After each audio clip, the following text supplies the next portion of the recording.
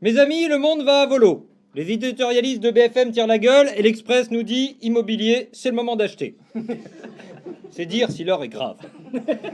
Lorsqu'en 1935, Jean Giraudoux écrivait son œuvre visionnaire, La guerre de Troie n'aura pas lieu, que vous n'avez pas lu moi non plus, imaginait-il que l'année même du centenaire de la fin de la Première Guerre mondiale, on puisse encore dire non, la guerre de Troie n'aura pas lieu. Osons poser la question et osons le dire tout haut, non, la guerre de Troie n'aura pas lieu, car en vérité, je vous le dis, personne ne veut aller vivre à Troie. Idéalement situé entre Châlons en Champagne, Auxerre et Chaumont, Troyes est bien connu pour être le chef-lieu de l'Aube, un département qui mérite d'être connu par tous ceux, et ils sont nombreux, qui n'y sont jamais allés. Forte d'une population de 60 750 habitants, la population de Troyes n'a cessé de s'accroître dans des proportions tout à fait considérables après que les Troyens aient appris au beau milieu d'un XIIIe siècle extrêmement mouvementé à se servir de leur bite. En effet, on estime que c'est en l'an de grâce 1252 que le vicomte Jacques de Bouchardon-la-Motte eut l'idée un matin qu'il faisait dru entre ses jambes de planter l'appendice caudal et bouillant qui excroissait en son milieu dans le milieu idéalement concave de sa servante Jennifer à patate afin de le refroidir dans une molle cavité parcourue d'un liquide approprié. De cet incident en apparence banal, s'ensuivirent les inévitables protestations de sa servante qui ne manqua pas de s'agiter pour se débarrasser de l'encombrante protubérance qui l'assaillait alors qu'elle s'était juste baissée pour regarder une coccinelle qui avait autant de points noirs qu'elle, bien qu'aucune des deux ne fût jeune. Et comme ils oscillaient l'un l'autre sans parvenir à s'accorder sur une phase qui leur eût permis de se dégager élégamment de cette intrusion inopinée, l'un dans l'autre, pour ainsi dire, ils opinèrent tant et si bien que quelques mois plus tard, quand on regardait le ventre de la bonne servante Jennifer à patate, on se disait qu'il y en avait gros sur la patate. Oh! Ouais, tout ça pour ça. Puis l'incident se répéta fort souvent et Jennifer à patate, qui avait décidément un nom ridicule, mit au monde pas moins de 143 enfants durant les 47 années de service qu'elle eut à accomplir auprès de son maître le vicomte Jacques de Bouchardon-la-Motte, visiblement peu pressé de refiler la patate chaude à d'autres. Aussi, en ces vertes campagnes d'antan, le bruit se répandit bien vite que l'on pouvait faire sortir d'entre ses cuisses une chose hurlante, violette, toute fripée, et qui chie tout le temps, ce qui ne manqua pas de susciter l'étonnement, l'admiration et bientôt la jalousie de nombre des voisins envieux de la région.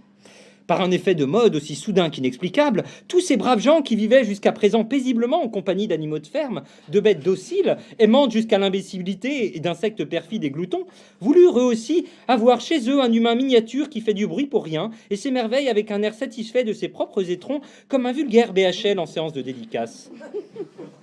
Ni une ni deux, comme rien n'échappe à la sagacité du Troyen, chacun s'enquit bientôt du mode d'emploi, et il ne fut pas une servante dans la région qui resta une semaine sans qu'elle ne regarde une coccinelle, et paf, la servante.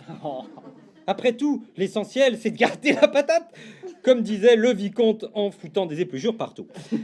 Ainsi, l'on donna moult saillies et force coups de bite en ce XIIIe siècle béni des coccinelles, dans la petite ville de Troyes, et tout cela prétendument dans le seul but d'engendrer des enfants.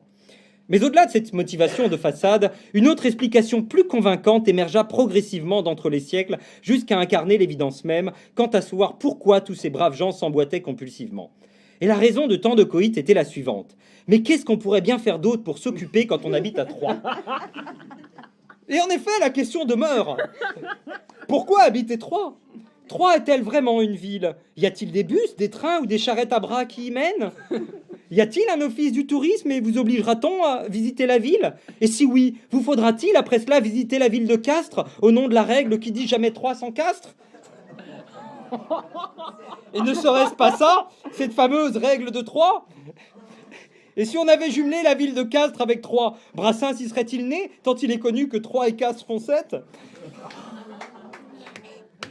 Non, n'applaudissez pas, vous l'encouragez. Autant... Voilà.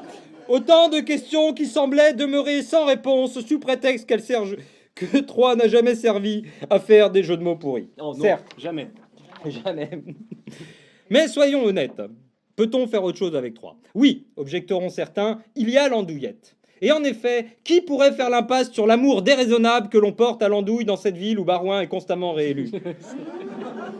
Mais plus encore, à Troyes, et je sais que certains d'entre vous l'ignorent et en souffrent, il y a la basilique Saint-Urbain.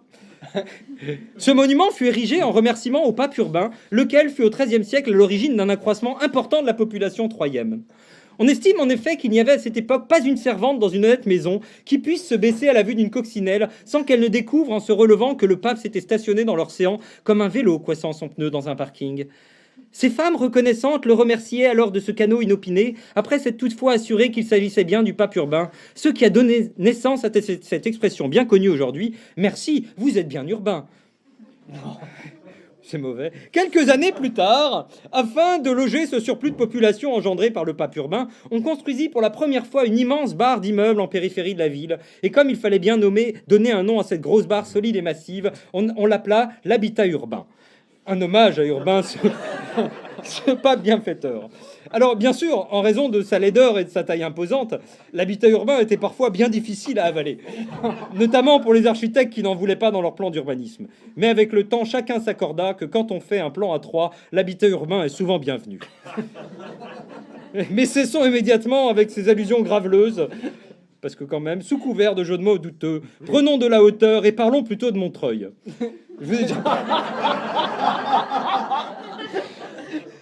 déjà parlé de Montreuil. Idéalement situé entre Aubervilliers, Saint-Maur des Fossés et Noisy-le-Grand, Montreuil regarde vers l'avenir, alors même que l'avenir refuse de regarder vers Montreuil. Et pourtant, je suis comme vous, j'aime Montreuil. Et quand je parle de Montreuil, je parle pas de cet accessoire mécanique qui permet de dérouler du câble, mais bien de Montreuil, l'unique, l'incroyable, qu'on dit animé d'un immense appétit de conquête. Aussi, cher public, après avoir brillamment expliqué pourquoi la guerre de Troie n'aura pas lieu, nous verrons le mois prochain pourquoi la guerre de Montreuil n'aura pas lieu non plus. Et en attendant, je vous donne rendez-vous dès demain, dans l'aube, à l'heure où blanchit la campagne. Merci à vous, et à bientôt sur Montreuil.